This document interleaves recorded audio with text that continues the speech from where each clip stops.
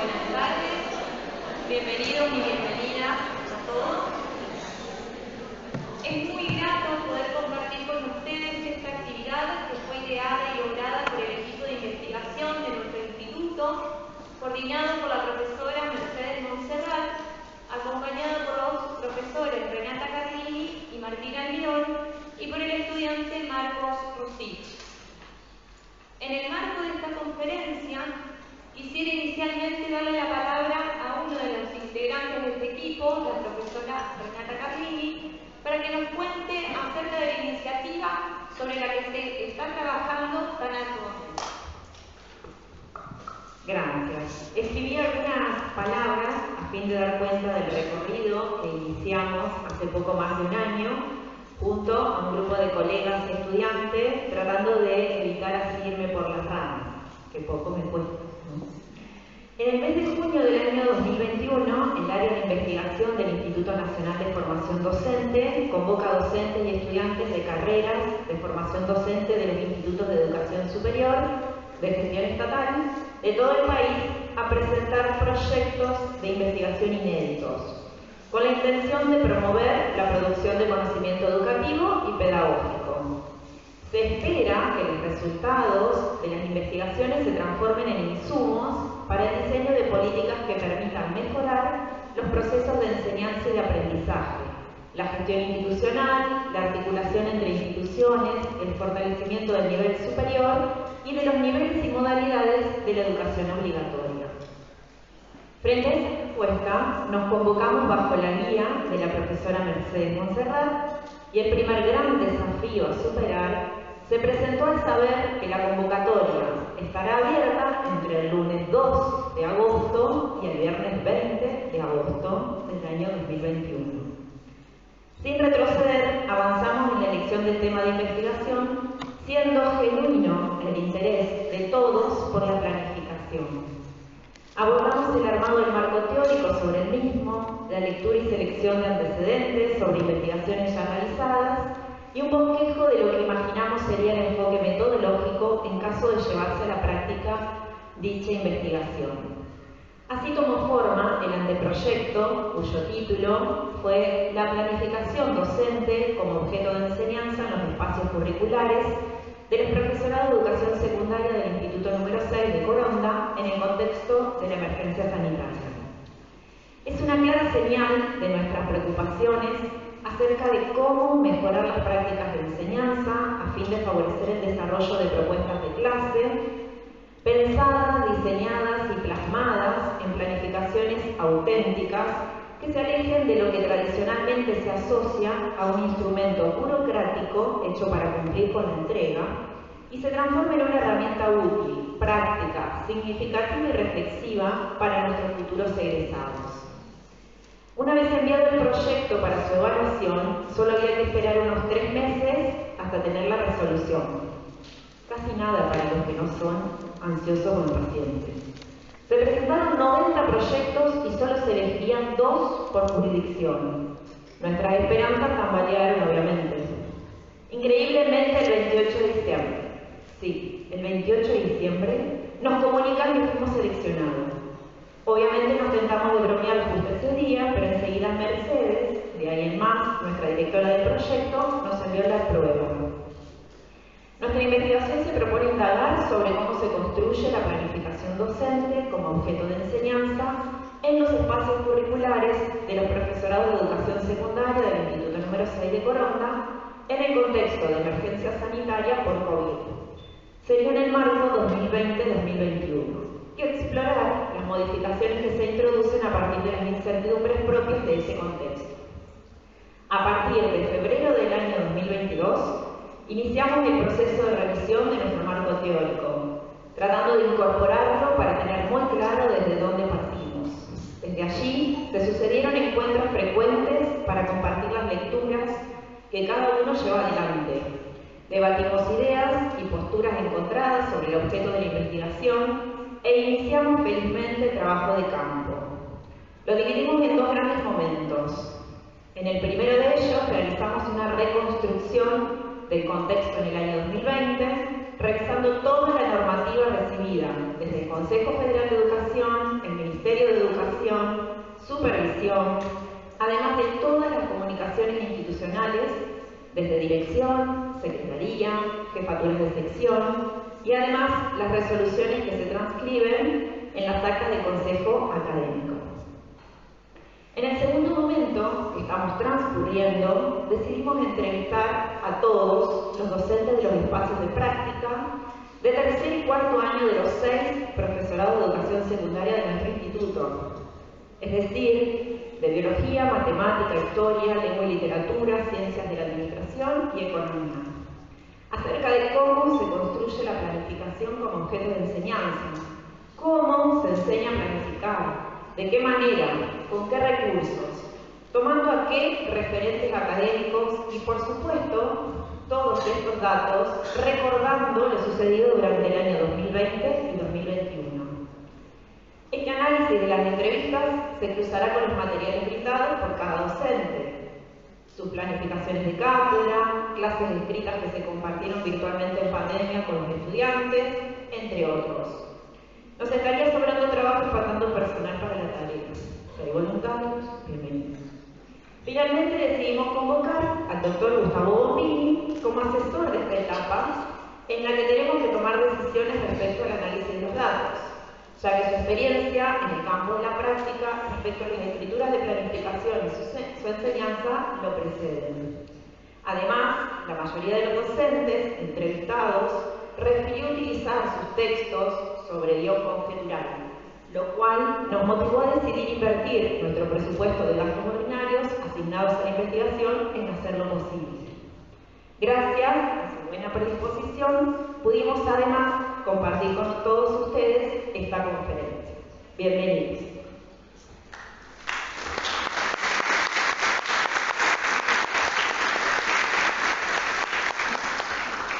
Bien, de este modo y continuando con lo pautado, queremos presentarles a nuestro invitado hoy, el doctor Gustavo Bombini, quien es profesor, licenciado y doctor en letras por la Universidad de Buenos Aires, profesor regular asociado e investigador a cargo de la Cátedra Didáctica Especial y Prácticas de la Enseñanza en Letras de la Facultad de Filosofía y Letras de la UBA, director del profesorado universitario en Letras y director de la carrera de especialización en literatura infantil y de la Escuela de Humanidades de la Universidad Nacional de San Martín, donde es profesor titular regular de las cátedras Análisis y Producción de Materiales Educativos e Historia de la Enseñanza de la Lengua y la Literatura, director de proyectos UBACSI referidos a la formación de profesores en letras y en lugar de las prácticas de escritura y de otros modos en la construcción de conocimiento didáctico y sobre la formación.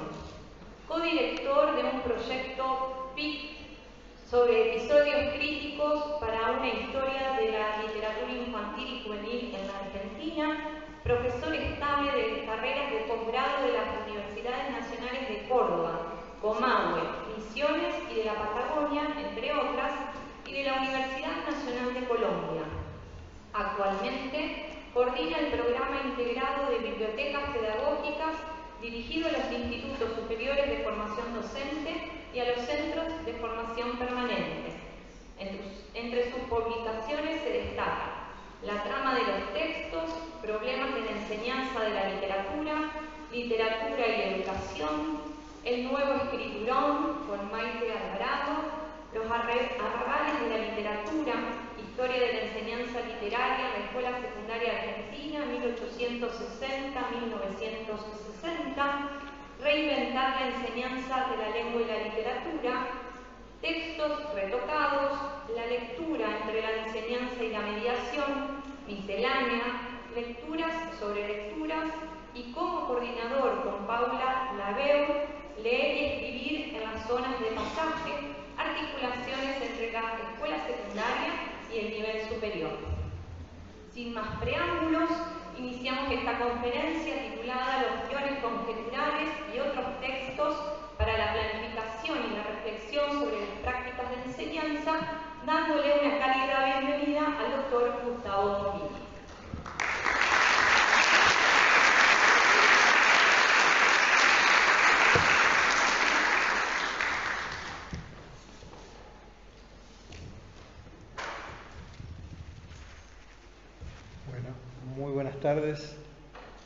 Muy buenas tardes a todos, a todas. ¿Se escucha bien? Sí. Bien.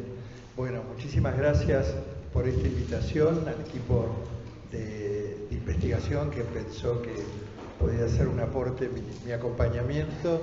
Muchísimas gracias a las autoridades del instituto por esta recepción. Muchísimas gracias a ANSAFE, a todos los que hayan estado de un modo u otro involucrados en la posibilidad de esta conversación.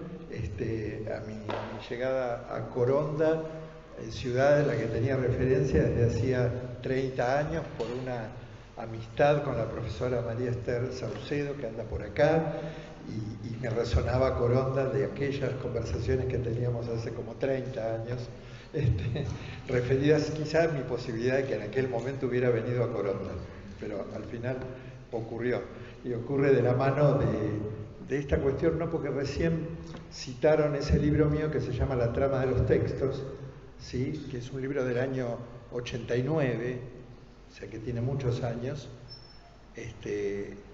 como yo ahora, pero aquel libro, en aquel momento yo no tenía tantos años, y al fin y al cabo, se me ocurrió pensarlo en este momento, ese libro que se llama La trama de los textos, que los profesores de lengua conocen, que tuvo varias ediciones, que tuvo una segunda edición aumentada en otra editorial en el 2015. Bueno, nada, ese libro que me inventó a mí, digamos que durante mucho tiempo yo fui exclusivamente el autor de ese libro y era reconocido por ese libro, al fin y al cabo era un libro de un docente que escribe su práctica, ¿sí? Porque yo en ese momento me había iniciado como docente en la escuela, en el Colegio Nacional de San Miguel, a 30 kilómetros, un poquito menos, de Buenos Aires. Yo no soy porteño, soy marplatense, y tomar un tren que recorre 30 kilómetros para ir a dar 80 minutos de clase era una cosa rarísima, un viaje demasiado largo, ¿no? Luego me acostumbré a eso, pero de esos 2 años de trabajo, justo en la postdictadura, en el inicio de la democracia, con unos adolescentes que estaban así en pleno fervor antes del año 87, en pleno, después del año 87, 88, 89, en pleno fervor de participación. Yo entendí ahí lo que quería decir participar en un centro de estudiantes, porque a mí no me había ocurrido. Aprendí muchas cosas y aprendí a dar clases, pero aprendí, creo que a reflexionar acerca, porque ese libro en realidad tiene que ver con una reflexión acerca de la práctica. Y quizás el eje de esta pregunta sobre los guiones conjeturales y de esta pregunta sobre la planificación, que las profes pusieron en el centro de la investigación, es la pregunta por la reflexión acerca de la práctica, la pregunta por lo que hacemos, ¿sí? Y esta pregunta por lo que hacemos, digamos, es transversal. Tiene que ver con la educación inicial, con la educación primaria, con la educación secundaria, con la enseñanza en cada nivel y también con la formación, digamos, con la formación, que es lo que hacemos acá en el instituto, que es otro modo de la enseñanza, la formación de los que van a enseñar. En ese punto digo, y desde ese lugar es que se fue planteando esto, que yo podría plantear como el resultado de una investigación, y ponerle todas las chapas que corresponden a una investigación legitimada, etcétera, etcétera, pero fundamentalmente, antes que decir que es una investigación, lo que más me interesa decir es que es una reflexión y en todo caso un dispositivo o una cierta manera de pensar la escritura directamente vinculada con la práctica. No es una investigación que surgió leyendo bibliografía, pensando en algo, sino haciendo. Y ese hacer es el hacer en la formación inicial, primero en la cátedra que se llamaba Planificación Didáctica y Práctica de la Enseñanza en Letras en la Facultad de Humanidades y Ciencias de la Educación de la Universidad Nacional de La Plata, Yo trabajé entre el 96 y el 2016, 94 y 2016. Ahí empezamos en la Universidad de La Plata, en la cuna de las investigaciones didácticas positivistas de Mercante, empezamos a pensar el guión conjetural en relación con el trabajo de los practicantes, con lo que los practicantes venían haciendo cuando, digamos, día a día se preparaban para ingresar nuevamente al aula asignada, ¿sí? Y se encontraban con el tutor de la práctica. Y en ese diálogo con el tutor de la práctica, ¿sí? Se generaban una cantidad de expectativas, de posibilidades, de proyectos, de líneas productivas y de líneas truncas, de cosas que quedaban incorporadas en esa planificación definitiva y aprobada previa a iniciar la práctica, pero también algunas cosas que no quedaban adentro de esa planificación, que quedaban como en la mesa de la conversación, como borradores olvidados, ¿sí? Nos dimos cuenta después de un tiempo de que en esa conversación, en esa producción oral, no documentada, digamos, no registrada, quedaban muchos bocetos, posibilidades, lineamientos, insisto, quizá algunos abandonados. Esto que pensaba hacer, ahora lo reemplazo por otra cosa, y al fin voy a hacer esa otra cosa. Pero después nos dábamos cuenta de algunas cosas más. Y quizá, bueno, los que son profesores y fueron practicantes alguna vez, los que son profesores de didáctica y prácticas o de prácticas, residencias o como se llame, llevan adelante practicantes, y los que están haciendo la práctica ahora, porque veo, y algunos que estarán por hacerla, etcétera, todos los que estamos ahí, de un lado o del otro, de ese proceso, ¿sí? Podemos pensar en ese proceso como una construcción compleja, donde la escritura tiene un lugar importante, donde la escritura tiene, podríamos decir, un valor epistémico respecto de la construcción de la práctica, donde la escritura construye un saber acerca de la práctica, donde lo hace visible, donde lo hace documento, donde lo documenta, ¿sí? Y también otro valor epistémico que tiene que ver con el hecho del aprendizaje de la propia escritura, ¿sí? Cómo se escribe acerca de la práctica, en qué géneros es posible escribir la práctica, cuáles son los géneros posibles de la práctica, desde la planificación al guión conjetural, entre lo que haya en el medio y lo que haya más allá. ¿Cuáles son los géneros posibles de la práctica? Lo tiro como una pregunta abierta. No, son dos. La planificación y el guión conjetural. No, lo tiro como una pregunta abierta. ¿Cuáles son? Es una pregunta de investigación y es una pregunta vinculada con la práctica. Porque esta historia que empieza como génesis en esas cátedras de didáctica especial de las carreras de letras, donde muchos colegas de otras universidades, de sus profesorados o de profesorados también terciarios, vienen trabajando con el guión conjetural y vienen versionando, haciendo sus propias versiones del guión conjetural, esa historia se expande, digamos, no solo hacia la disciplina de lengua y literatura, que es mi disciplina de trabajo de origen, sino a las otras didácticas, a los otros espacios de formación, a los otros niveles educativos, ¿sí? Una experiencia de un instituto de Bariloche, de formación en nivel inicial, que tienen una publicación en Novedades Educativas, trabajando el guión conjetural en la formación de maestros de nivel inicial. Es decir, cuando yo googleo guión conjetural, aparecen páginas y páginas, como hay publicaciones que pasan por blogs, que son abiertos, veo guiones conjeturales, hechos en distintos colores, con las intervenciones de los docentes. Acá en Santa Fe, ¿no?, había una referente del área de matemática, que ahora me voy a acordar su nombre, sí, era Santa Fe que trabajaba también, leí algún artículo por ahí, historia, bueno, después Uruguay, España, no sé, en otros lugares voy viendo una repercusión. Me pone muy contento esa repercusión, y en todo caso no para mi mérito, sino para el mérito del guión conjetural, que sale solo, digamos, al mundo, es del pueblo, y hay como una apropiación, y esa es la categoría que más me interesa, la categoría de apropiación. En todo caso, para pensarla para cualquier proceso de enseñanza. ¿En qué sentido nos apropiamos de saberes, saberes disciplinarios, teorías nuevas? ¿En qué sentido nos apropiamos de prácticas posibles, antiguas, quizá de nuestra propia biografía escolar, de las prácticas de otros que vimos? Nos apropiamos de modos de hacer, ¿no? De modos de hacer, a veces de manera muy inconsciente.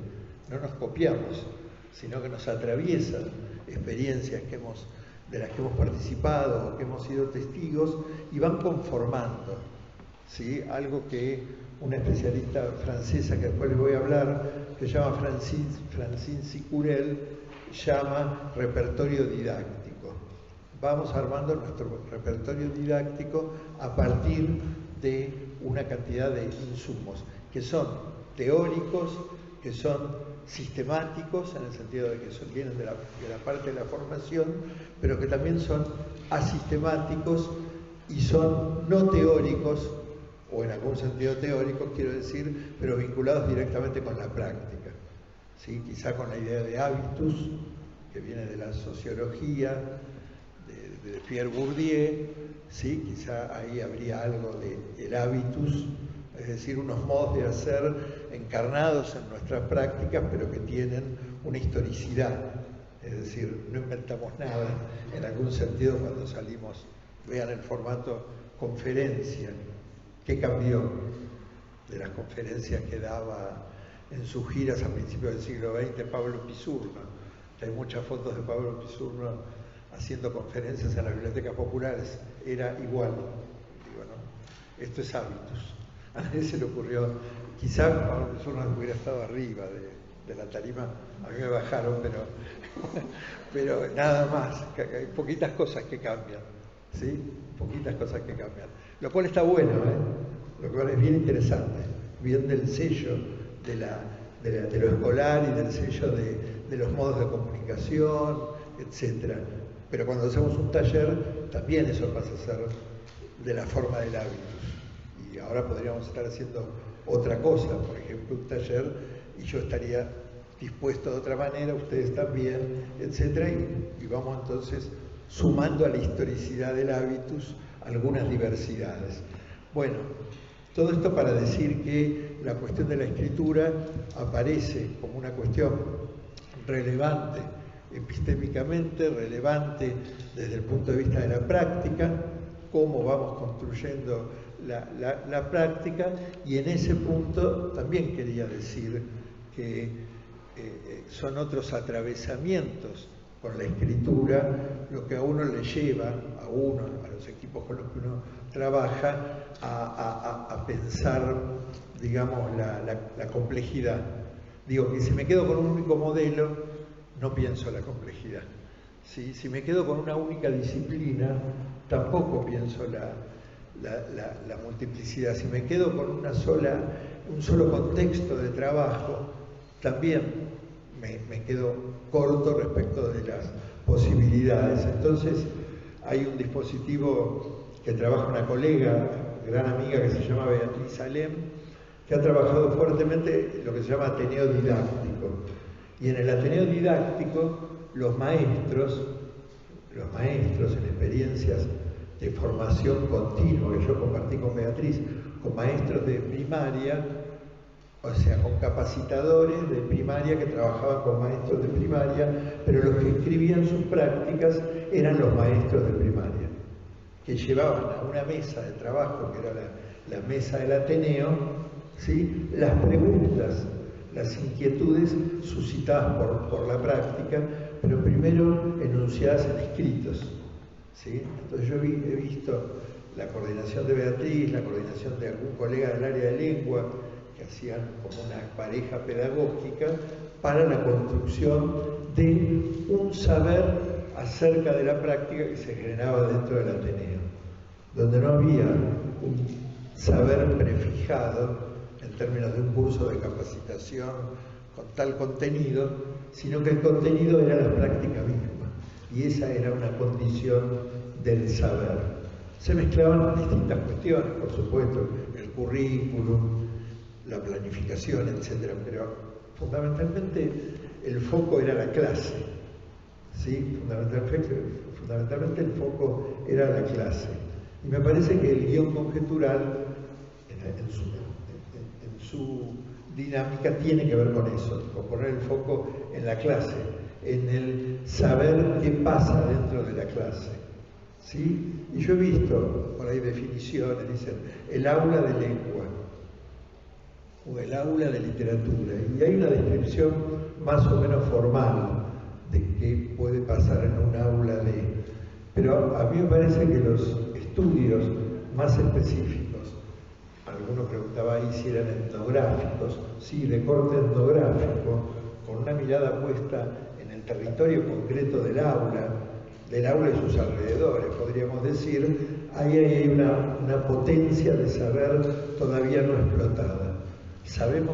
No sabemos tanto como creemos respecto a lo que pasa adentro del aula, porque en general la didáctica, y aún la buena, hay de todo, se ha orientado a prescribir, ¿sí? A veces con muy buenas intenciones de prescribir, es decir, no decir qué ocurre en el aula, sino decir qué debería ocurrir, ¿sí? Y quizá lo que se propone que debería ocurrir no está mal, corresponde a enfoques didácticos, a investigaciones, etcétera, de avanzada, francesas, de donde sea que se importen, o algunas de creación propia, pero, insisto, sabemos poco acerca de lo que ocurre efectivamente en el aula. Hace muchos años, asesorando también a un equipo de investigación, a fines de los 90, comienzos, un equipo que ahora ya se disolvió, porque pasa el tiempo, de investigación en literatura infantil en la Universidad de Comahue, en la sede de Chipoleti, donde ahí se estudia magisterio, pero a nivel universitario. Entonces habían hecho un gran desarrollo muy importante que tuvo proyección nacional de este equipo, del llamado CEPROPALIG, en relación con la formación de maestros en literatura, no en lengua, sino en literatura, y específicamente en literatura infantil, trabajando con autores argentinos. Y ellas, junto con ellos, con un maestro que era parte del equipo de investigación, pero que era egresado del mismo no instituto, sino de la Facultad de Ciencia de la Educación, hacían registros de prácticas, ¿sí? Registros muy minuciosos que partían de lo que se llama, los franceses llaman la autoconfrontación, que es grabar una clase y después el propio maestro ve la clase que vio y reflexiona a partir de la clase que vio. Acá el maestro participaba del equipo de investigación a la vez, pero claro, teníamos por un lado las desgrabaciones de las clases, por otro lado el maestro en cuerpo presente ahí, el equipo, los que habían hecho las observaciones, etc. Y yo ahí advertí, el asesor aprende, el asesor radiaba y aprende, y yo ahí aprendí que hacer registros era una tarea maravillosa, era una tarea muy potente, era una tarea muy interesante para volver sobre la práctica.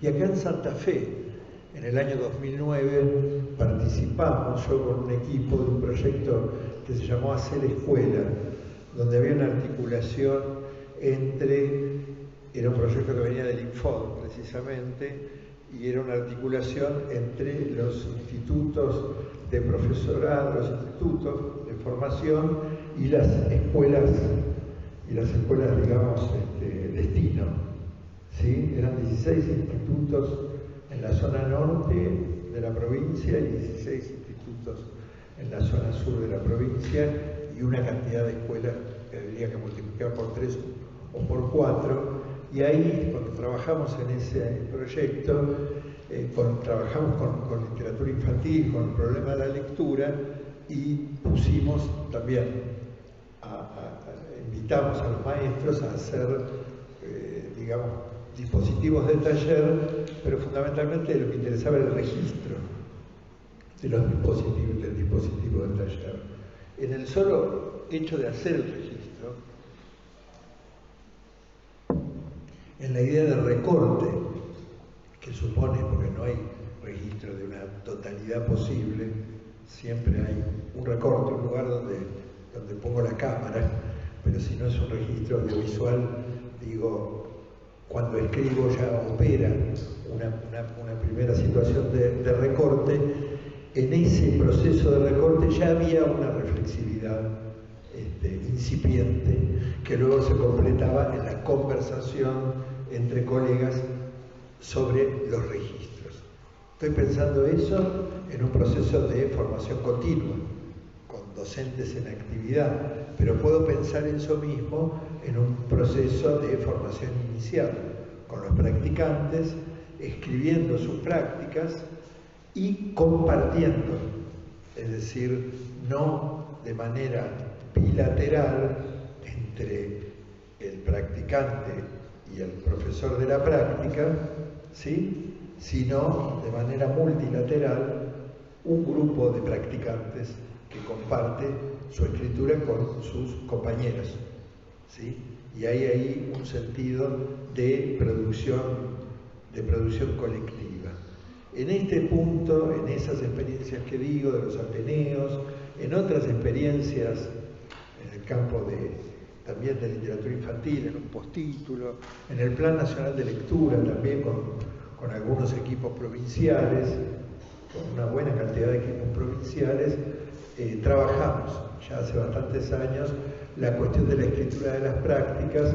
En ese momento, en el plan de lectura, eso le llamábamos escenas de lectura, y teníamos como una unidad de análisis que era la escena de lectura sobre la cual volvíamos, sobre la cual los que habían sido parte de esa escena de lectura, en las que habían activado esas escenas de lectura, tenían muchas reflexiones para hacer. Y en este punto también empezamos a pensar algunas cuestiones que tienen que ver quizá para diferenciar este posicionamiento sobre la escritura de otros posicionamientos sobre la escritura. Por ejemplo, dentro del campo académico, tanto en universidad como en terciario, se habló bastante y se sigue hablando sobre lo que se llama alfabetización académica, ¿sí?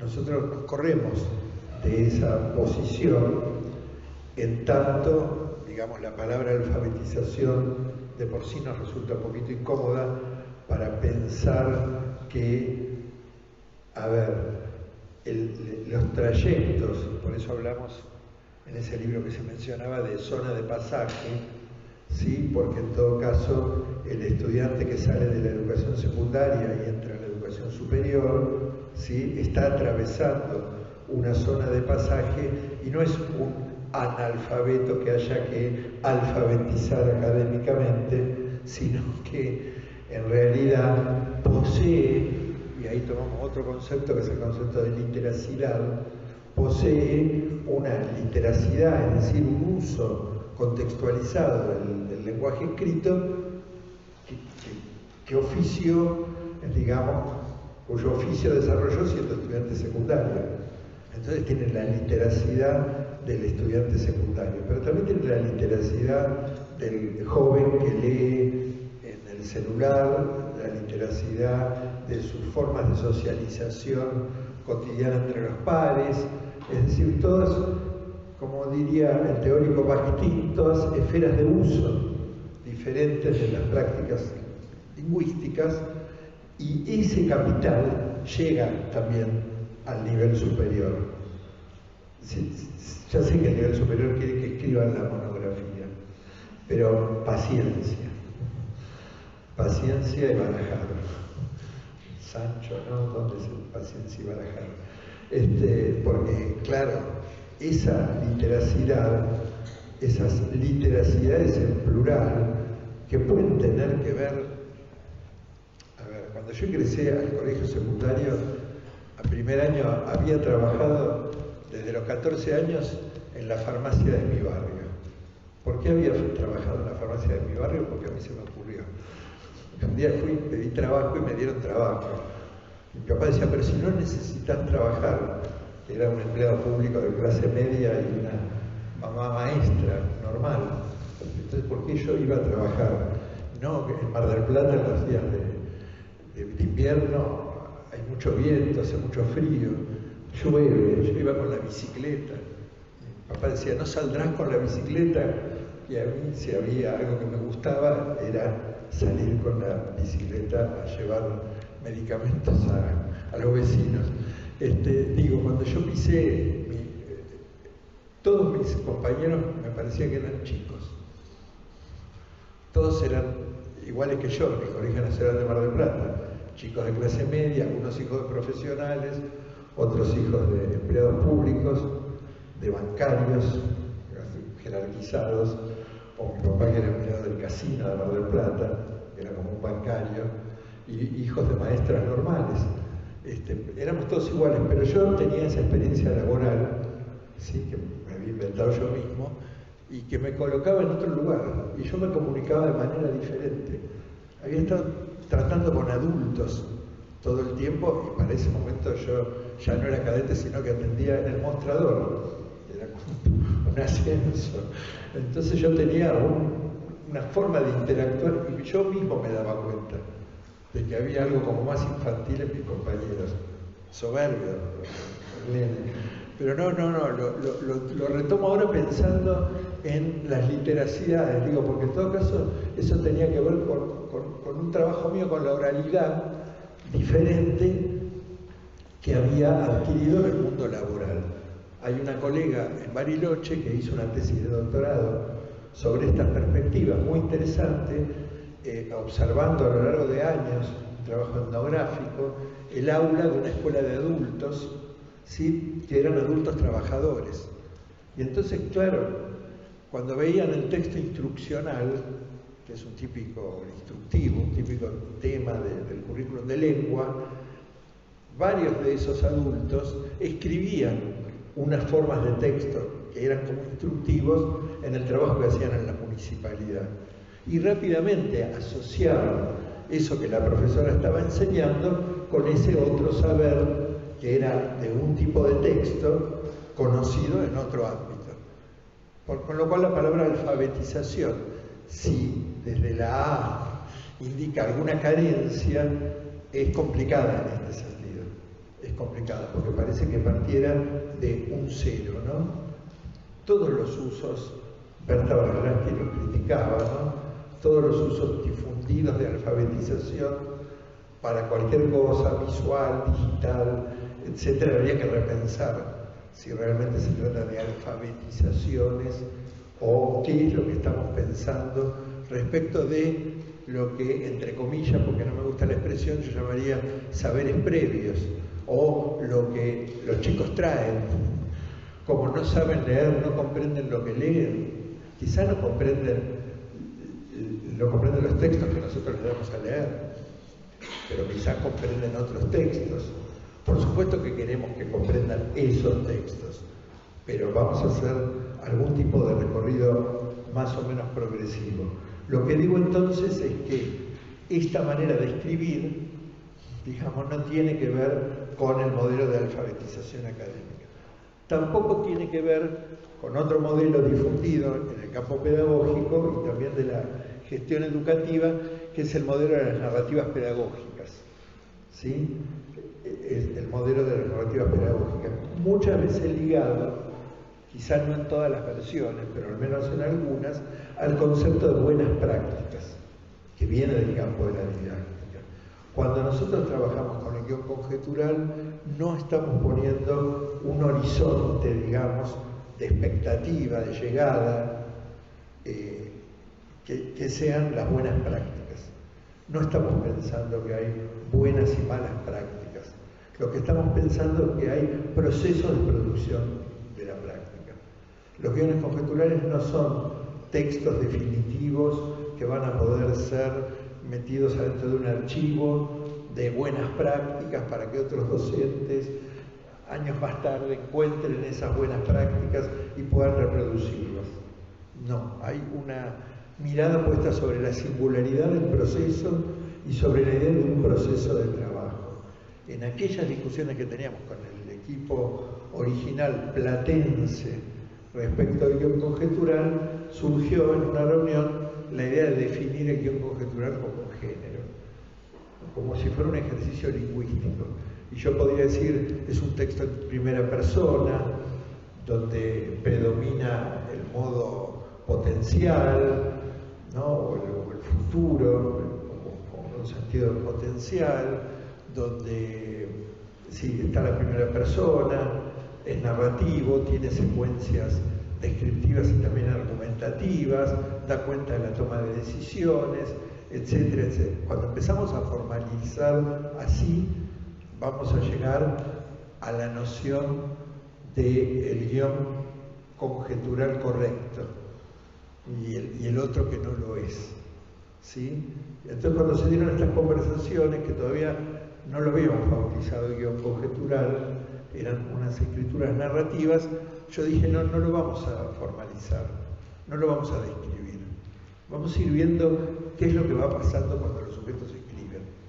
Vamos a ver qué tipo de escritura es la que se produce cuando alguien que está en la expectativa de hacer algo que nunca hizo, que es dar clase, cuando nosotros decimos que ese lugar de las prácticas tiene todo un sentido simbólico, es como el bautismo, digamos, en el campo de la práctica, cuando decimos que ahí hay la construcción de un rol, que pasamos, que nosotros ahí en un libro llamamos escribir la metamorfosis, cuando pasamos del ser estudiante al ser docente, nosotros pensamos que ese tránsito se tiene que poder decir en primera persona.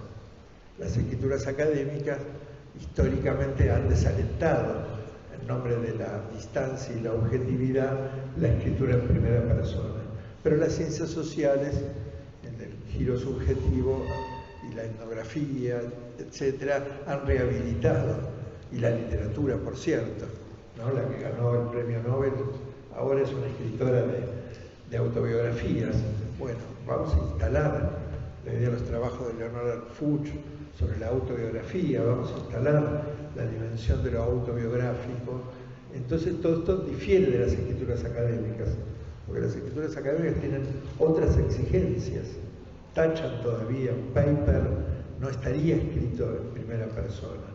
Entonces nosotros acá nos corremos completamente de alfabetización académica y nos corremos también de narrativas pedagógicas en el sentido de buenas prácticas. Yo vi algún documento ministerial de hace muchos años, decía que son las buenas prácticas las que se adaptan al currículum. Me mató esa definición, pero estaba dentro de un proyecto vinculado con las prácticas de escritura. Vamos a tensionar, vamos desde las prácticas de formación e incluso desde las prácticas de formación permanente o continua, tenemos que tensionar con el currículum. El campo de la formación permanente no es el campo de la aplicación del currículum, es un lugar de pura tensión. Eso yo lo aprendí en los ateneos didácticos, lo aprendí proponiéndole a varios equipos, entre ellos un equipo de matemática que llevaba adelante Mirta Hanflin, la posibilidad de la escritura sobre las prácticas de aula, sobre este conocimiento acerca de las prácticas. Entonces, digo, aparecen otros atravesamientos de la escritura y aparecen otros paradigmas, ¿sí?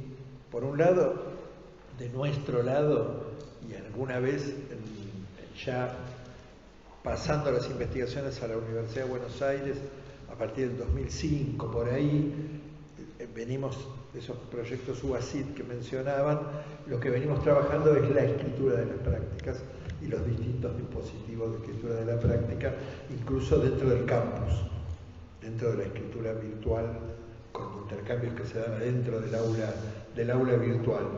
Y lo que venimos viendo ahí, creo, es que uno aprende, digamos, de distintas fuentes acerca de la práctica de escritura. Puedo leer los diarios de Kafka o los diarios de Alejandra Pizarnik y aprender acerca de la práctica de escritura, o el libro Escribir de Marguerite Duras. Puedo remitirme a los escritores, por ejemplo, una fuente. Pero otra fuente pueden ser las propias pedagogías de la escritura, incluso, y en mi haber, digamos, formativo, los trabajos de Gloria Pampillo y Maite Alvarado, que fueron pioneros en el trabajo de escritura ficcional, y que de esa lógica del trabajo de taller de escritura ficcional podía impregnar el campo de las escrituras en general y de las escrituras pedagógicas. ¿Por qué las escrituras pedagógicas no podrían aprender de las prácticas de formación de la escritura ficcional? Donde ahí, insisto, en la mano de Maite Alvarado y Gloria Pampillo ha habido un aporte muy, muy sostenido que continúa en la figura de otros herederos de esa tradición, de la cual yo me pongo ahí, me cuelo en esa tradición. Escribimos juntos con Maite el libro El Nuevo Escriturón, que sigue siendo un clásico en la escuela primaria, además. En la escuela primaria, El Nuevo Escriturón, que tiene como 30 años, no sé, es tremendo ese libro. ¿Cómo puede un libro didáctico durar tanto tiempo, ¿no? Y no envejecer? Bien, es claro, pero bueno, la mano maestra de Maite, un homenaje. Bien, entonces, digo, ¿se puede abrevar? Hoy lo conversamos con el colega en el campo de la antropología y de la etnografía, donde esas investigaciones de tipo cualitativa se hacen muchas preguntas sobre la cuestión de la escritura. Empiezan con las preguntas por el registro, por el diario de campo, y ahí cada manual que uno encuentra de los traducidos, que están en Paidós, yo miro todos, y todos me dan una tipología distinta de escrituras de la práctica, escrituras etnográficas, trabajo de campo, una flexibilidad que no encontré en los lingüistas, con perdón de los presentes, no encontré en los colegas lingüistas, que asumieron fuertemente una mirada bastante prescriptiva respecto de la escritura, los cuadernos del CBC, de la UBA, los talleres de semiología, etc. Hay mucha cosa prescriptiva bastante dura, basada en lingüísticas textuales, es decir, en lingüísticas que describen la retórica de los textos. Y esa retórica, es decir, esa organización, si quieren, de la disposición, de cómo se ordenan las partes en un texto, se terminan convirtiendo en prescripciones. En prescripciones, en muchos casos, muy difíciles de cumplir. Primero porque uno está aprendiendo, por eso es difícil. Y segundo porque después no se da la realidad como los géneros textuales de la lingüística describen. Después se juegan variaciones. Entonces, en este juego, y por suerte en los UASIT lo hemos fundamentado bien y siempre nos aprobaron los proyectos, nosotros dijimos, nos corremos de esta perspectiva. Y ahí tenemos un aporte muy interesante de la madre latinoamericana de la etnografía y la educación, que es Elsie Rockwell, mexicana, y ahí hay trabajos de Elsie Rockwell que son muy interesantes para pensar la cuestión de la escritura de las prácticas, ¿sí? Y del modo en que ella mira cuando hace su trabajo etnográfico, es decir, cuando está presente en las aulas sobre las que está investigando, el modo de mirar, el modo de recortar, que es también el modo de escribir en un punto. Y ella tiene un artículo que anda por ahí, que está disponible, que yo lo tengo fotocopiado por acá, que se llama Géneros de Enseñanza, un abordaje bakhtiniano. Y Bakhtin es este autor que leemos en literatura, en lingüística, no tienen por qué conocerlo, aunque la noción de géneros discursivos de Bakhtin entró en los libros de texto, y se habla de géneros discursivos primarios y géneros discursivos secundarios, pero eso es lo menos interesante de Bakhtin. Lo más interesante de Bakhtin es que él dice que hay diversidad de géneros discursivos según las esferas de uso. Y multiplico las esferas de uso y multiplico la posibilidad de los géneros discursivos. Es decir, no hay un repertorio acotado de géneros discursivos, que es lo que a veces hace el currículum. Hay que enseñar el texto instructivo, hay que enseñar el texto...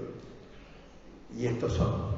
Bueno, no, Bakhtin va a decir, según las esferas de uso, los hablantes, las comunidades de hablantes, ¿sí?, las sociedades, inventan nuevos géneros. Esa noción de Bakhtin le permite a Rockwell hablar de géneros de enseñanza. Y dice, las distintas situaciones de enseñanza permiten el desarrollo de géneros discursivos, donde incluye en el análisis géneros discursivos orales, es decir, modos de intervenir del maestro, que se pueden categorizar. ¿Qué hace el maestro cuando dice, ¿no? Porque esto tiene que ver con la pragmática. Hago cosas con las palabras. Entonces, cuando intervengo de tal modo, modifico una situación. Cuando el alumno está diciendo algo y yo le contesto de tal manera, cuando le doy la palabra a otro, bueno, todo eso hace a la construcción de microgéneros en todo caso, de microgéneros. Si ustedes googlean Claxo y ponen Elsie Rockwell, ¿sí?, van a encontrar una colección que dice pensadores latinoamericanos o algo así, donde hay una cantidad de PDFs de, no sé quiénes están, pero están varios pensadores latinoamericanos y hay recopilación de su obra. Está en PDF y también está en papel. Pero ahí en PDF encuentran, poniendo Claxo Rockwell, encuentran el volumen dedicado a Elsie Rockwell, con unas introducciones, hay 3 compiladores, un libro muy gordo, digital también, y que tiene está dividido en 4 partes, una vinculada con el análisis de la escuela, y no me acuerdo qué otras partes, pero uno está referido a la lengua escrita. Hay un conjunto de textos de Elsie Rockwell, algunos antiguos, pero recopilados, y ahí está que se llama Géneros de Enseñanza, un abordaje bakhtiniano. Y yo diría Géneros de la Formación, un abordaje bakhtiniano, o bakhtiniano rockwelliano, ¿no? Armando la tradición. Porque entonces, digo, tenemos que permitirnos negociar, de alguna manera, incorporar insumos que vengan de otros campos y que nos permitan pensar el campo de la formación. ¿Cómo enriquecemos el campo de la formación? No de manera endogámica, con el propio campo de la formación, sino en relación con otros campos. Entonces, ahí había otro aporte de una historiadora que ha trabajado temas de la memoria, que se llama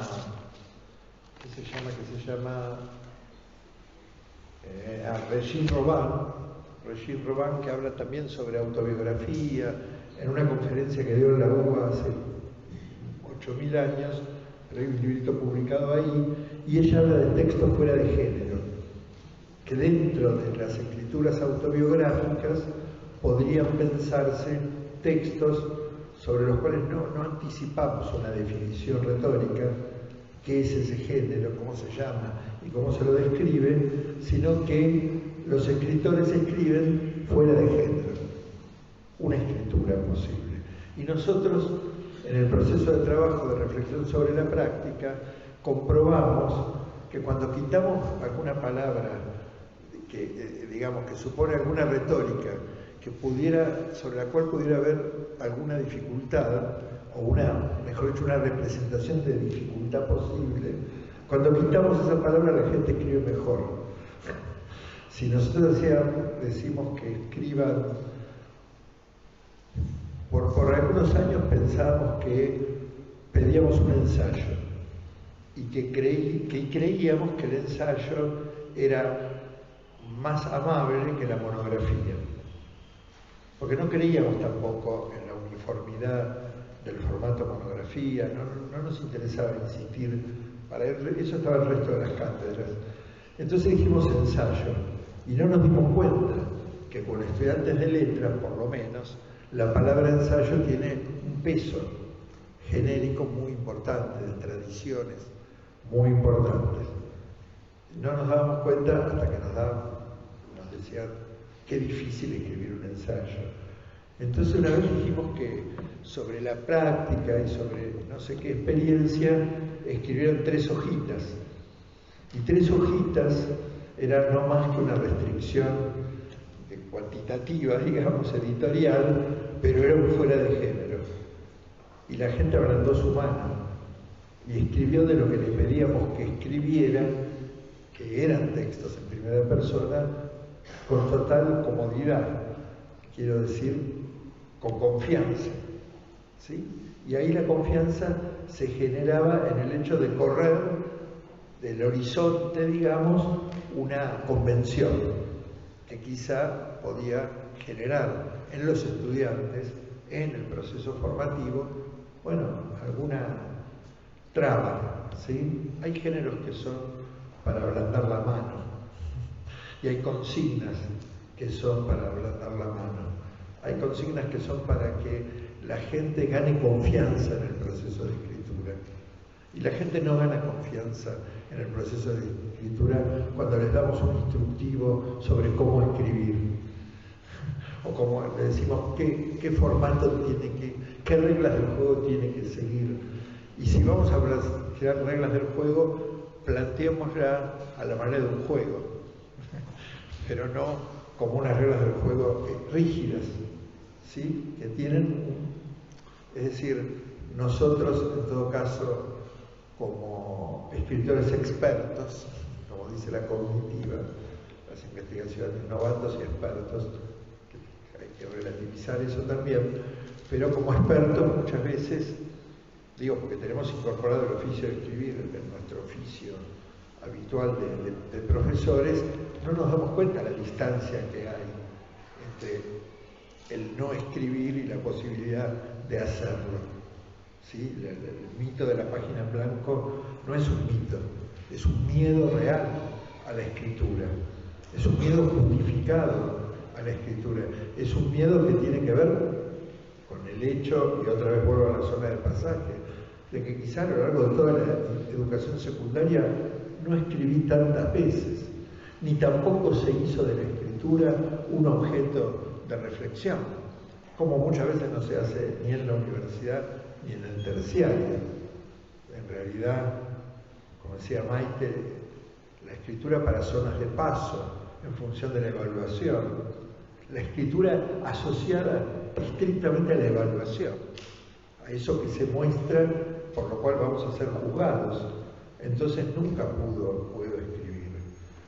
Los chicos que escriben en talleres, en contextos de encierro, en los institutos de régimen cerrado, que antes se llamaban institutos de menores, cuando hay algún taller, etcétera, tienden a reservar esos textos que escriben en el taller. En una experiencia que hacía una colega de La Plata, escribían los textos y después los rompían. ¿Por qué los rompían? Porque esos textos podían caer en manos de los psicólogos y luego de los jueces.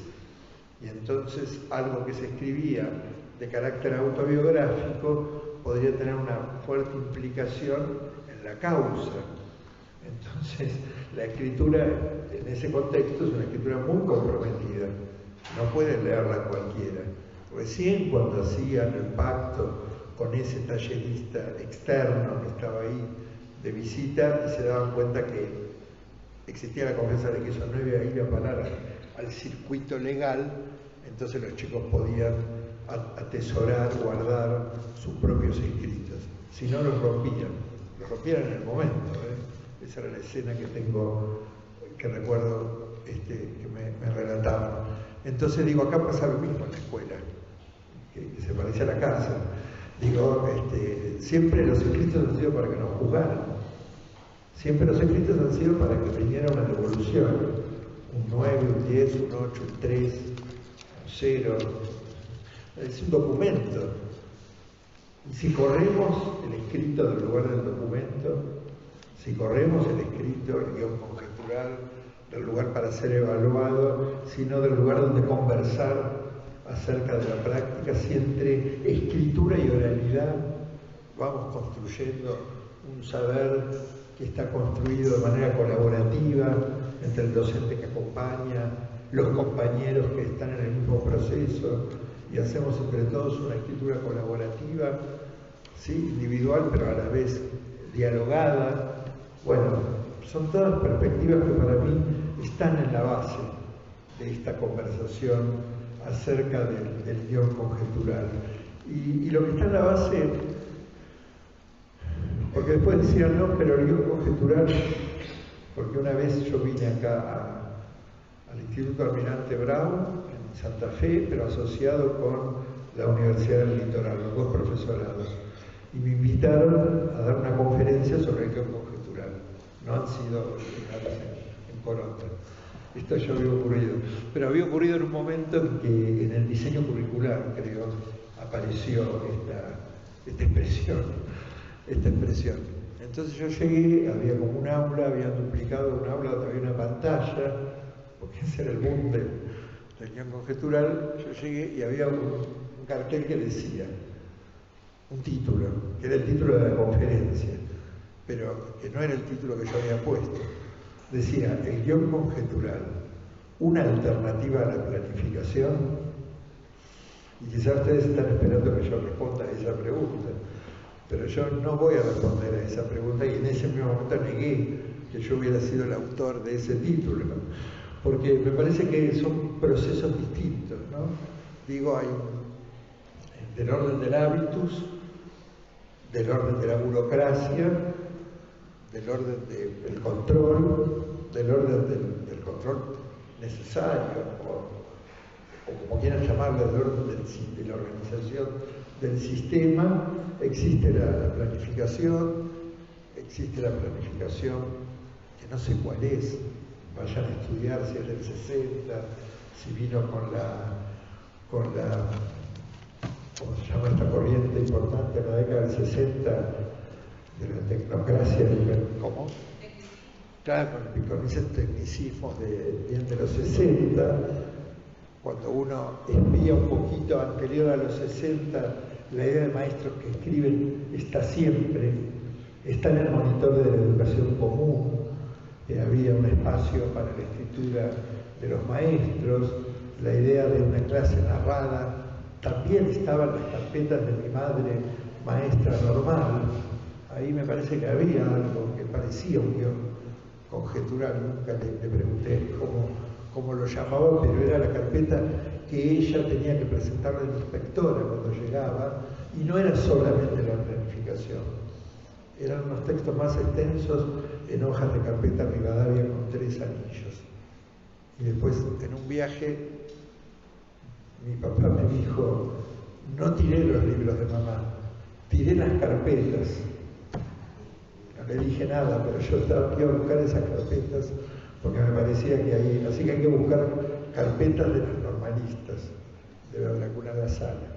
Hay que buscar cómo había una escritura pre-planeamiento, ¿no? El planeamiento. Me parece que ahí, ¿y saben por qué ligo yo esto? Y ligo el guión conjetural con la construcción de una voz propia.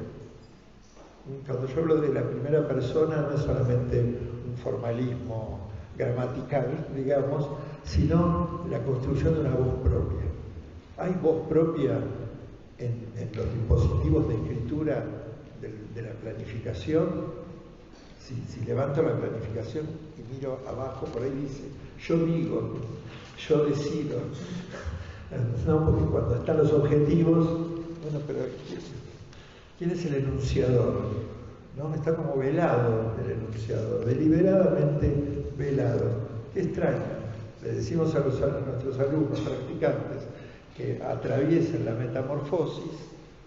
Pusimos ahí el alambique en la tapa del libro, que es, entra una sustancia y sale otra sustancia en el alambique. Bueno, esa es la metáfora, ¿no? Entra un estudiante y sale un profesor en el alambique de la didáctica y de las prácticas.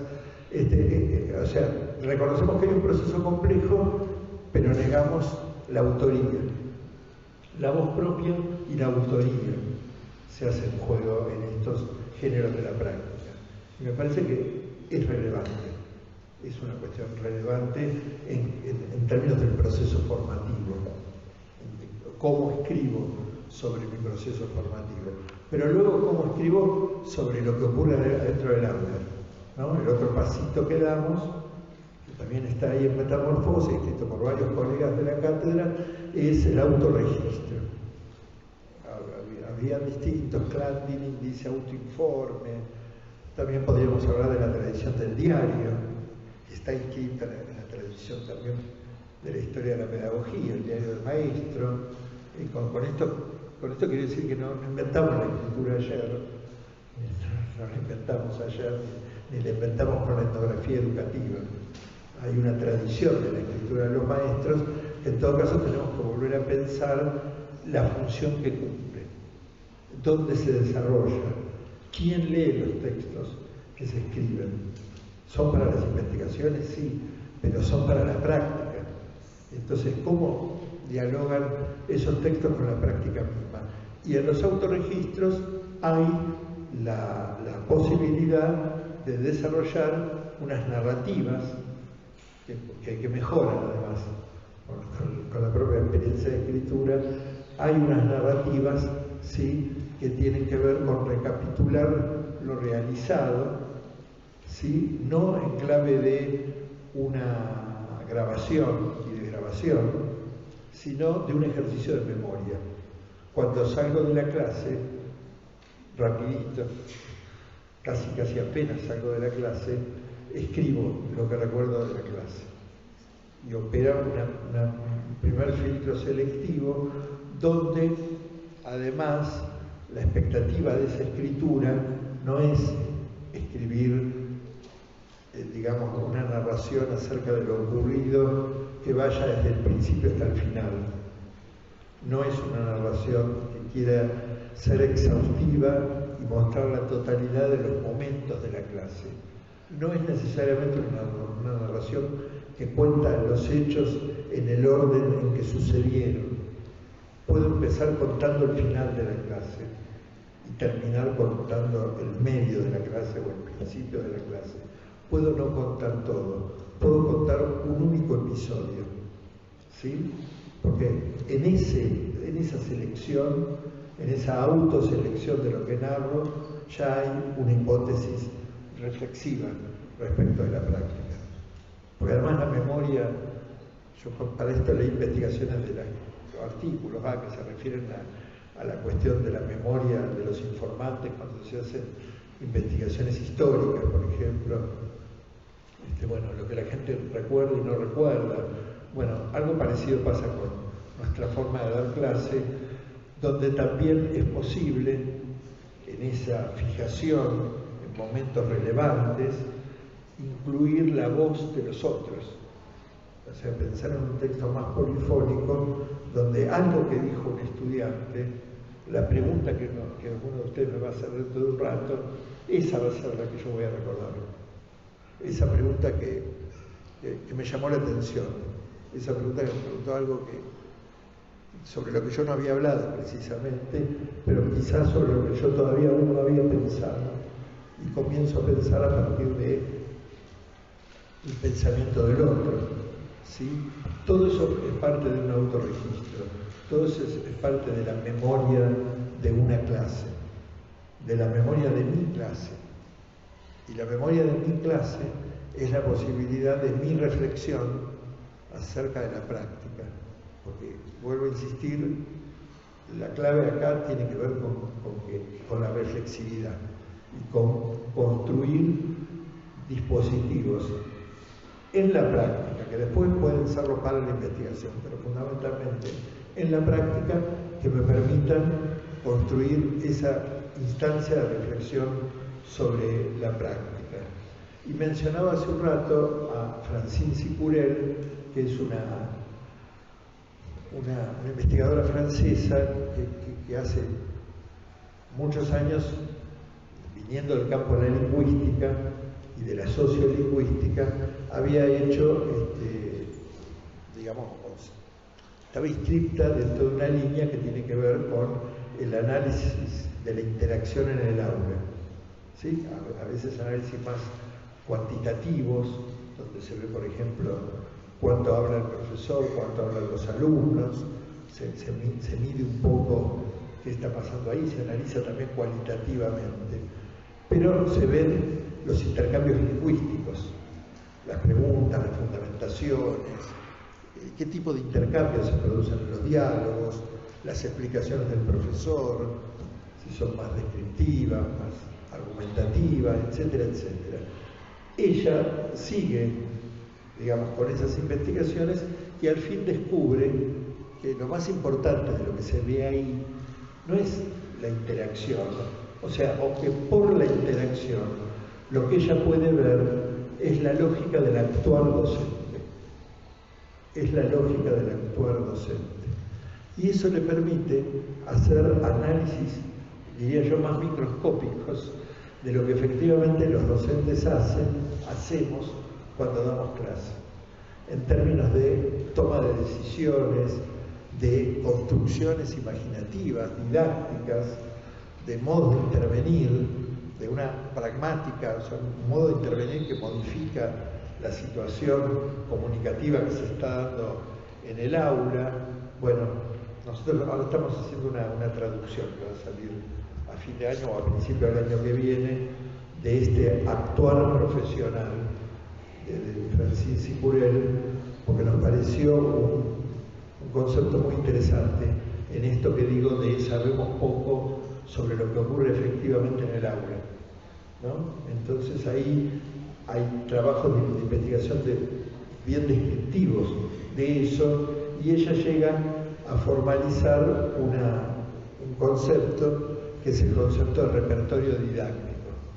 Y el concepto de repertorio didáctico incluye los saberes disciplinarios, incluye las didácticas disciplinarias, en qué didáctica, orientación se formó, incluye el conocimiento del currículum, pero también incluye la historia personal, la historia de formación, los modelos internalizados desde el rol de alumno al rol de docente. Mi recuerdo de la maestra de la escuela primaria, ¿no?, que todavía sigue operando en mi modo de actuar como maestro hoy. Bueno, todo eso configura un espacio, podríamos decir, multidisciplinario, con elementos de distinta procedencia, las lecturas, la capacitación, esta conferencia, todo suma al repertorio didáctico. Y cuando los docentes son entrevistados, porque ellos hacen la autoconfrontación, es decir, graban la clase del docente, el docente después mira su propia clase y se queda asombrado, ¿no? O sea, toma esa distancia y empieza a hablar sobre su propia clase. Y ahí sí se triangula en la investigación, hablando el docente mirándose a sí mismo y reflexionando con el investigador sobre esto, asumiendo un rol de investigador de su propia práctica, también el docente, y entonces ahí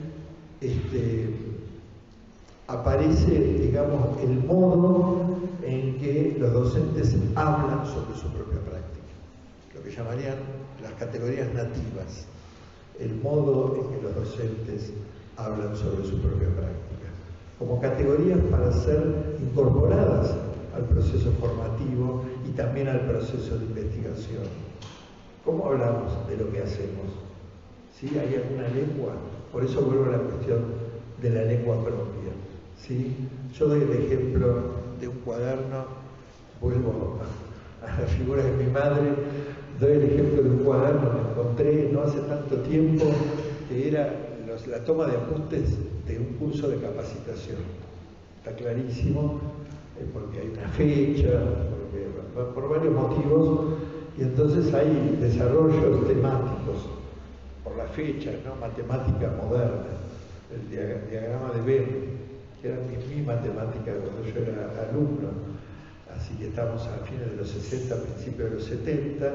Después hay unas cosas sobre los paramecios y las amebas, porque las madres maestras normalistas sabían todas estas cosas, tenían como no era un maestro por áreas, sino un maestro con la totalidad de los saberes. Pero hay toda una primera parte del cuaderno, se ve que fue durante una semana esa capacitación en la provincia de Buenos Aires, donde está el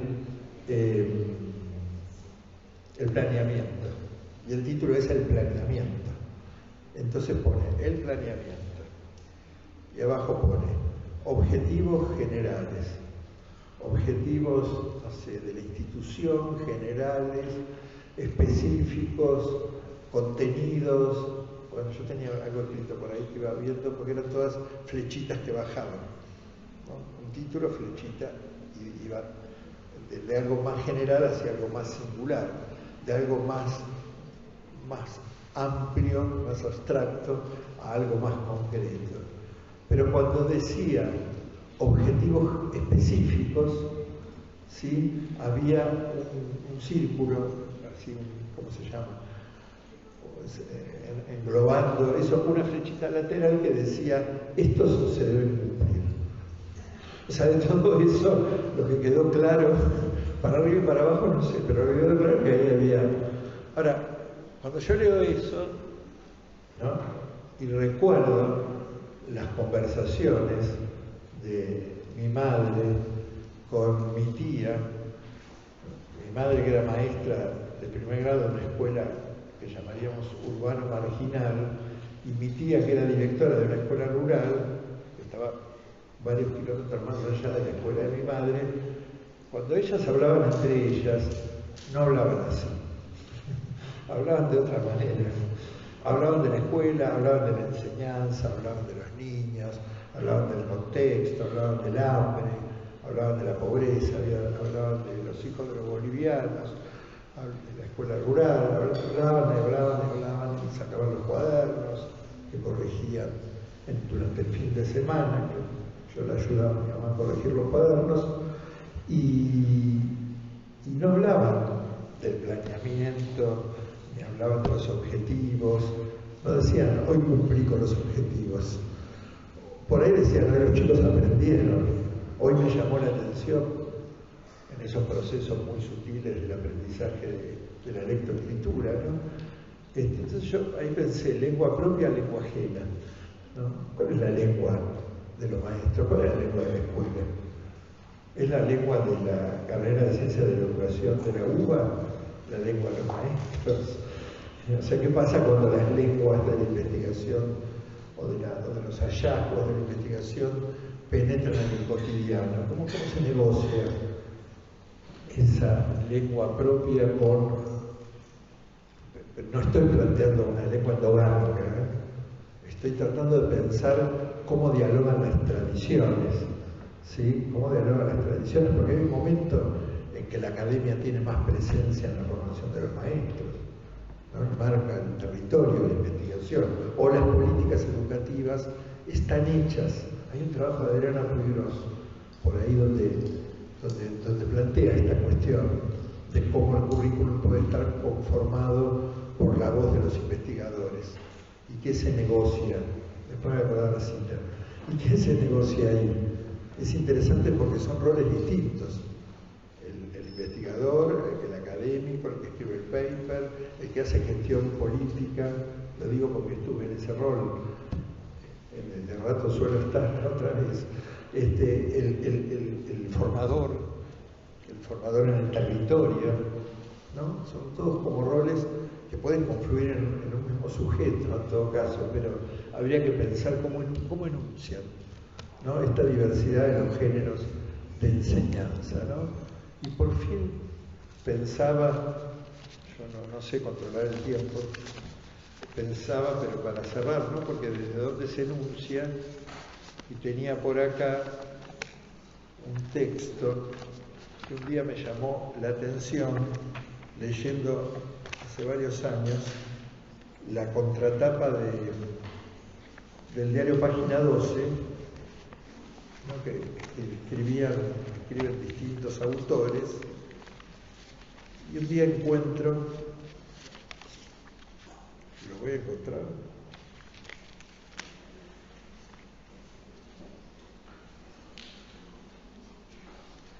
pero porque lo separé, encuentro un texto de Juan Sasturán. Juan Sasturán es un escritor de ficción, que actualmente es además el director de la Biblioteca Nacional. Y en ese texto, no, si me lo olvidé, me mato. ¿Dónde está? Hay un texto de Juan Sasturán donde él se pone a pensar qué sería si él esa mañana tuviera que dar una clase de literatura española. Porque está recordando que en algún momento lo hizo. Y hace todo un desarrollo, que si no lo encuentro ahora, después se los voy a pasar, hace todo un desarrollo de lo que podría haber sido esa conversación con los estudiantes. Acá está. Dice que por mayo era por mayo. No lo voy a leer todo, pero voy a empezar a leerlo. Dice que por mayo era por mayo. Supongamos que tengo, fíjense cómo empieza, supongamos que tenía, pero ya no tengo más, que dar mi clase de literatura. Hoy, lunes, a los adolescentes de cuarto año. Y nos toca como tema el romancero.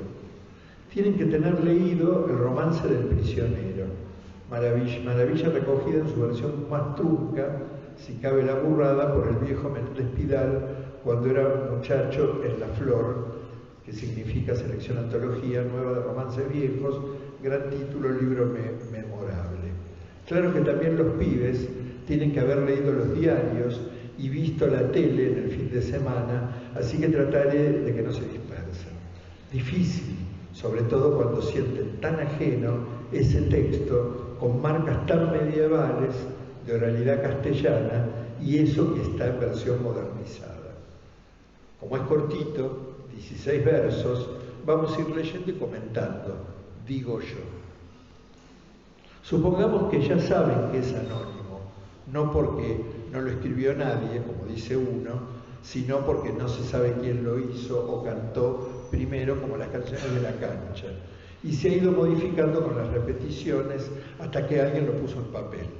El ejemplo de las canciones tribuneras les interesa, pero se dispersan en obscenidades y hay que parar ahí.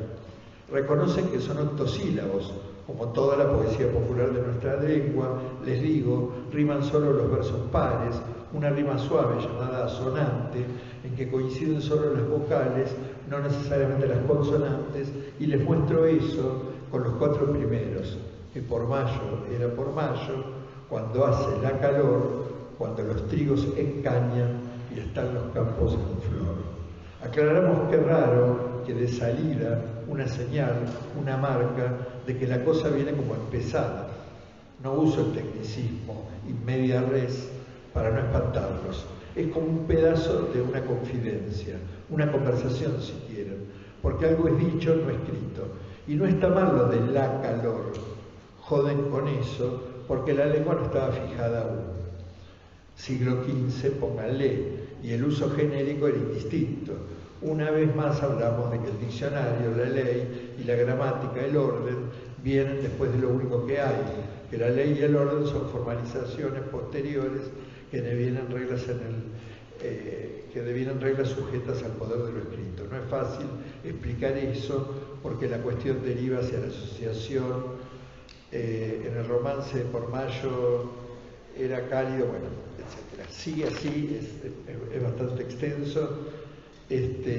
Apuro, bueno, él es profesor de literatura, entonces tiene algunos tecnicismos, etc. Pero fíjense el supongamos, fíjense el digo yo, fíjense el van a decir, se van a enganchar, lo pone como no presente, como si estuviera ocurriendo, pero en realidad es su conjetura, ¿sí? Y he visto muchos desarrollos, algunos que no los hice yo, gente que trabaja directamente conmigo, sino que los he encontrado, donde la gente ficcionaliza los diálogos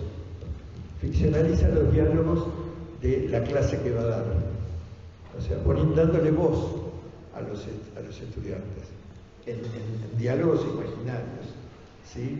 Por eso digo, los aprendizajes en el campo de la ficción. Yo le escribí a Santurain y le dije, eso que vos publicaste es algo que nosotros llamamos guión conjetural. O sea, fue el mejor alumno ese día, porque esto es un guión conjetural. Fíjense, la voz de un escritor con experiencia de docente, que está completamente alejado de esa práctica, pero que la vuelve a imaginar, y la imagina con herramientas, ¿no? Porque hay como unos saberes. Él está diciendo, o sea, lo que nos está mostrando es que sabe cómo podría llegar a funcionar un aula, y que en todo caso esa es la expertise, como dicen ahora, la expertise más apreciada, ¿no? Que es el poder de conjeturar, y conjeturar tiene que ver también con conjeturar el fracaso, conjeturar que el plan A no va a funcionar, que posiblemente está el plan B. Y muchas veces habíamos observado que el plan B era uno de los planes que habían quedado fuera de la planificación. ¿Se acuerdan en la primera escena donde estaba el practicante y quedaban algunas cosas fuera? Bueno, algunas retornaban, porque quizás se habían eliminado porque parecía que eran muy fáciles, o porque se pensaba que tenía que haber ciertas condiciones para que eso pudiera realizarse, ¿no? Y al fin se daban esas condiciones, y al fin en la memoria de ese docente de formación, estaban esas ideas que vuelven, que retornan y que se vuelven productivas.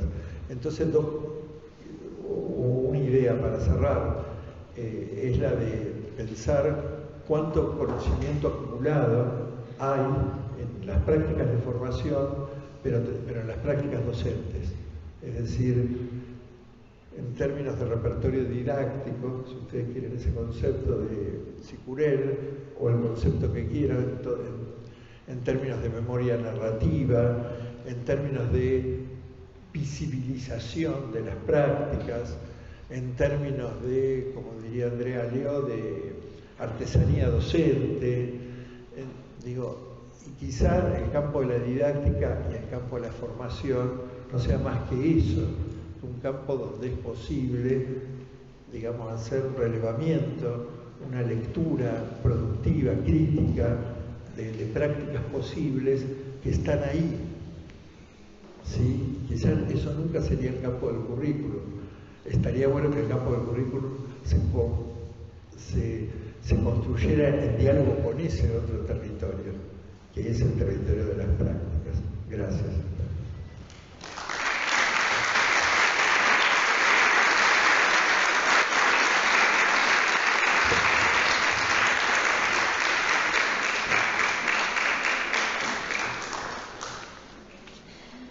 Bueno, tenía yo un público, me anticiparon, muy diverso, así que pido disculpas si puse algunos énfasis y no otros, pero hablemos todos respecto de nuestros lugares, ¿no?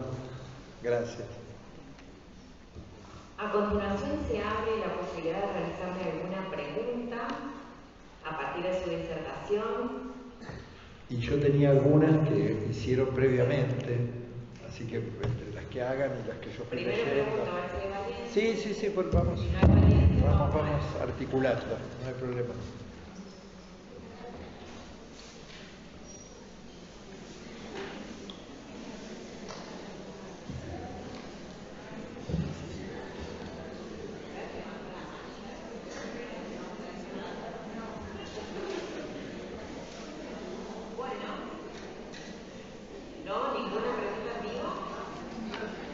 Vivo, ¿por qué no? Estamos vivos. Para mí porque se animaron a escribir. Para mí porque ya se animaron. Ya estaban acá. No sé si quiere tomar alguna. Sí. Acá estamos.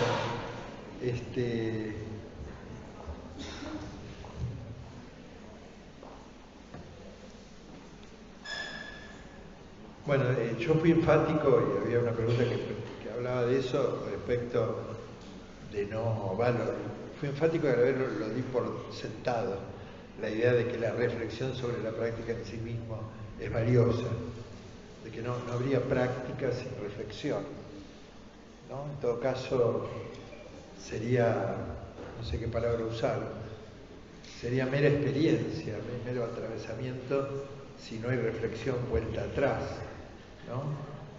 Que no es necesariamente un trabajo de escritura, quiero decir, ¿no? Es un proceso mental. En todo caso, alguien dijo, pero si el guión reemplaza la planificación, entonces los profesores que estamos o maestros en actividad, ¿de dónde sacamos tiempo para escribir? O no vaya a ser que a alguien se le ocurra que es obligatorio escribir guiones conjeturales antes de dar clase, cuando ya somos docentes. Por eso yo rechazaba la idea de alternativa a la planificación. No vaya a ser que sea obligatoria. Contrólense. Contrólense. Lo que digo es que en todo caso en la formación del practicante, en ese taller de las prácticas, en ese espacio colectivo de reflexión entre pares, etcétera, se ejercita. Digo, uno va al psicoanalista y cuando sale sigue pensando psicoanalíticamente, pero no es que convive con su analista, no está todo el tiempo, pero en ese lugar aprende a pensar de una determinada manera. Entonces, pensar en clave de guión, reflexionar sobre las prácticas en clave de guión o de escrituras en un sentido más amplio en el proceso formativo, nos dejaría la cabeza entrenada para el después, pero no quiere decir que sea, porque salió por ahí una crítica medio pedorra que decía, ay, se burocratiza, no lo burocratiza en todo caso, nadie dijo, y en todo caso, si en el ateneo didáctico, en un proyecto de formación docente continua, que da puntaje, bien enmarcado, ¿sí? Hay una escritura de narrativas, hay un destinatario claro de esas narrativas, para qué escribo las narrativas, entonces sí, uno podría decir cómo cruzo la escritura en la actividad docente, en el trabajo docente, pero si no es una exigencia del trabajo docente. En todo caso, puede tener que ver con la producción de colectivos, y bueno, los colectivos de maestros, investigadores, etcétera, para ese lado, ¿no?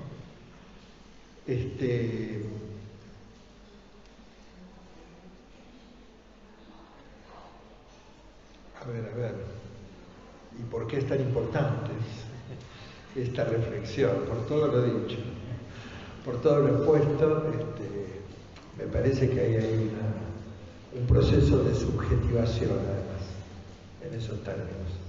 Un proceso de subjetivación de ser docente que tenemos que recuperar, y que la escritura es una herramienta para recuperar. Y alguien dice, es posible planificar todo, y como en la vida, planificaron todo, o todo lo que planificaron salió como esperaban.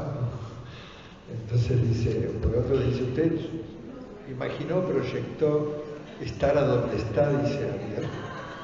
Y yo digo, no, yo no planifiqué nada. Lo único que planifiqué creo cuando fui a la farmacia a pedir trabajo a los 14 años. Eso fue una decisión muy consciente. No, claro, la imprevisibilidad, ¿no? Hay bibliografía didáctica de la formación también, ¿no? Que habla de los incidentes críticos, de la imprevisibilidad de la práctica, de la improvisación como valor, ¿no? Adjudicarle un valor positivo a la improvisación, que la tiene en todos los campos artísticos, ¿no? Un tipo que toca jazz improvisa, había una línea de teatro, se llama Match de Improvisaciones, Mosquito Sancineto, una reivindicación de la improvisación en el proceso de formación del actor. Se improvisa en el baile, en todos lados se improvisa, menos en la docencia, que se dice, es un improvisado, no planificó. ¿No? Esta necesidad de control me parece que hay que relativizarla para poder pensar en un paradigma que justamente tiene que ver con, bueno, acá hay que pregunta por cómo encuadrar un enfoque prescriptivo del currículum con una mirada de gestión conjetural. Y es una buena pregunta, que alguien la responda. Cómo ir negociando, ¿no? Pero me parece que el proceso de autorreflexión es importante, ¿sí? Y las dificultades para la escritura, ¿no? Porque fíjense que los estudiantes de letras, que uno diría serían los especialistas de la escritura, no siempre tienen una predisposición a la escritura, o han escrito en ciertos géneros, o tienen una representación de que se escriben monografías sobre la bibliografía, de que se escribe un ensayo sobre un tema disciplinario, pero escribir sobre las prácticas, sobre algo tan evanescente, tan precario, no sería una escritura, y a nosotros nos cuesta mucho, al comienzo, sobre todo en la Universidad de Buenos Aires, instalar esta idea de la escritura de la práctica, y le decimos, esta es la materia, la cátedra de la carrera donde más van a escribir. Y no creen si es una cátedra poco importante, no es lingüística, no es literatura argentina, ¿no? Es una cátedra poco importante porque no es disciplinaria, parece de ciencias de la educación, de tan poco importante que es, parece de ciencias de la educación. Entonces después se dan cuenta que somos de letras, porque hablamos un código común, chapeamos un poquito y entonces ahí nos aceptan, pero luego, exagero, no se ríen, no exagero, vayan a Puan 480 y van a ver. Entonces ahí hay que negociar muchas cosas, ¿no?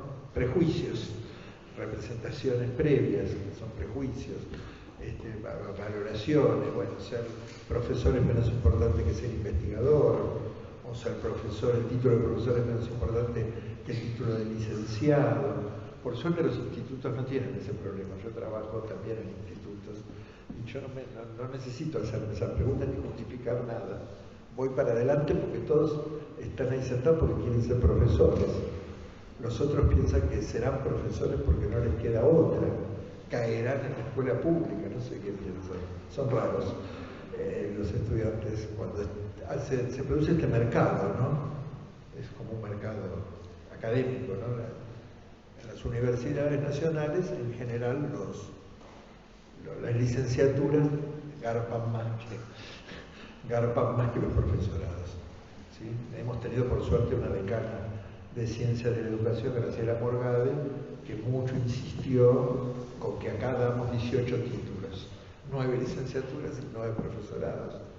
Yo me he encolumnado atrás de Morgade para defender la importancia, además, que tiene un profesorado universitario y cuánto puede dialogar un profesorado universitario con un profesorado terciario en términos de problemáticas y recorridos comunes. Me parece algo fundamental, pero que bueno, que lleva 100 años de pelea. Esta es una discusión que está en el inicio del sistema formativo, que quedó entonces doble. La mitad la formamos en la universidad, aunque no parezca, y la otra mitad los profesorados que efectivamente tienen esa tarea. Bueno, ahí hay mucho para construir y estas investigaciones ayudan a ese tipo de construcciones. Entonces, ¿se deben dejar atrás las planificaciones y darle lugar solo a las culturales? No, porque no se cambia una cosa por la otra. Este es otro cambio. Van cambiando, me encanta. Yo me llevo bien con las mascotas, ahora de grande. Bueno, la etnografía, sí, en el sentido de algunos dicen, esta es una didáctica etnográfica, o estamos haciendo una didáctica de acuerdo a las orientaciones de la etnografía, no sé si tanto. Decimos que Elsie Rockwell es una referencia, y también es una referencia la línea vinculada con temas de formación docente de la Universidad de Córdoba, de Elsie, de Gloria Eder, de la gran amiga de la Coria, que lamentablemente falleció hace poquito. Y yo ahí aprendí, me partió la cabeza ese libro que se llama Imágenes e Imaginación en la Docencia, que es un libro que está totalmente agotado, y ahí yo aprendí, dije, yo no sigo a las didactas de la UBA, sigo a las didactas de Córdoba, la línea socioantropológica que ellos le llaman, está vinculada con la línea mexicana de Rowell, porque hubo un exilio, ¿no?, de cordobeses en México, Justa Peleta y otros. Yo en esa línea aprendí muchas cosas, y los NAP de la educación secundaria, de la educación general, primaria y secundaria y orientada, los NAP están escritos bajo esa fundamentación, porque Adela Coria fue la coordinadora en la gestión Filmus.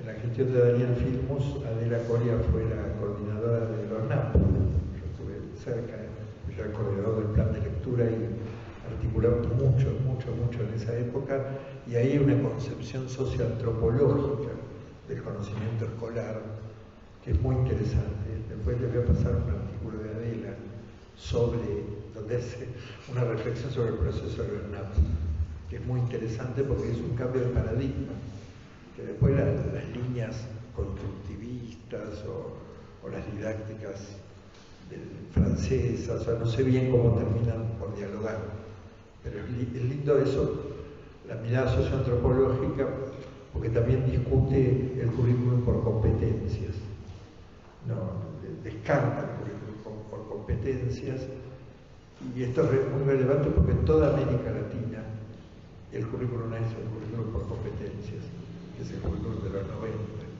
en México, en Chile, en Uruguay, en Brasil, en Colombia, es el currículum por competencias, las 4 competencias, en Perú, y nosotros hicimos, hablo más ahora del área de lengua, pero una vuelta para hablar de conocimientos y saberes y restituir la categoría de conocimiento, el conocimiento específico disciplinario, que en matemática no se licúa, pero en lengua se licúa fácilmente, porque para leer y escribir solo se aprende a leer y escribir leyendo y escribiendo, no mentira. Asumiendo un metalenguaje específico que es el de conocimiento disciplinario específico, aún en la escuela primaria. Y ahí las corrientes constructivistas, Licuar yo ya lo he discutido, está por escrito, rebatiendo a Lerner, algunas cosas están por ahí escritas. Yo lo he rebatido porque realmente es un desdibujamiento. Parece que los saberes de las ciencias sociales son saberes efectivos, los saberes de la matemática son saberes efectivos, pero los constructivistas en la provincia de Buenos Aires dicen que no se puede enseñar gramática y hacen control a través del aparato de la supervisión, del aparato represivo, de la supervisión de que no se esté enseñando gramática en las escuelas, porque hay un miedo a que el maestro se concentre exclusivamente en el metalenguaje y se pierda la dimensión de la práctica, cuando no son excluyentes metalenguajes y prácticas, al contrario. La posibilidad de dar cuenta de la práctica es llamándole al sustantivo sustantivo, claramente. O sea, ¿qué discusión puede haber sobre eso? ¿No? ¿Qué discusión? Está bien, podré discutir si tengo que hablar de adverbiales, ¿cómo se llama? Claro, subordinadas adverbiales ¿cómo era? Sustantivas con antecedentes, con Casey. Me fascinaba eso cuando yo era alumno, yo era un nerd, boludo, pero claro, no tenía por qué gustar. Pero eso, digo, puedo discutir sobre eso, como también puedo discutir macroestructuras. Digo, también la lingüística puede abusar. La incidencia, digamos, de las disciplinas pueden generar una versión distorsionada del conocimiento escolar. Pero el conocimiento escolar está ahí y no es mera práctica. O sea, en todo caso es una práctica teorizada, digamos. Entonces ahí, sí, está bien, los hablantes hablan, pero la escuela hace una marca. Y hablemos de la literatura, que en muchas propuestas, en el enfoque comunicativo sin duda, pero también en el constructivismo, la literatura queda como corrida del eje. Hicimos un trabajo muy importante con Adela en los NAP, para que con los equipos curriculares que estaban ahí en ese momento, para que la literatura recuperara un lugar significativo en el currículum, también en la formación docente, ¿no? Como parte de la experiencia de la formación docente. Bueno, esto del palo de la gestión. Bien, ¿algún comentario, pregunta, una mano que aparezca por ahí?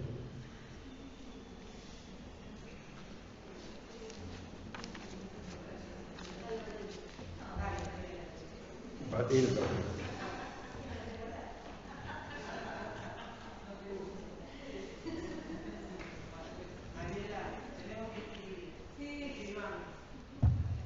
¿Quién pregunta? ¿Qué cosa? Algo de la práctica de ella. Algo de las prácticas, sí. Porque están muy buenas. Están muy buenas sus prácticas. Ah, bien. Yo quiero que escriban. Ella sola no. Hay otras acá que trabaja con practicantes del instituto y también la quiero invitar a escribir las 3 hojitas. Claro, está muy bien. Es una buena invitación. Bien.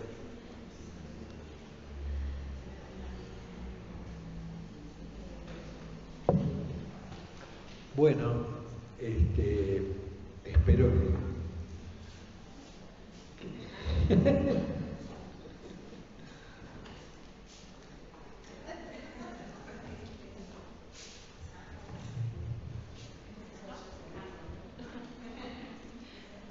Bueno, dado que no hay dudas, entonces, o mejor que Está todo claro, está todo claro. Nos vayamos de acá con mucho para seguir preguntándonos.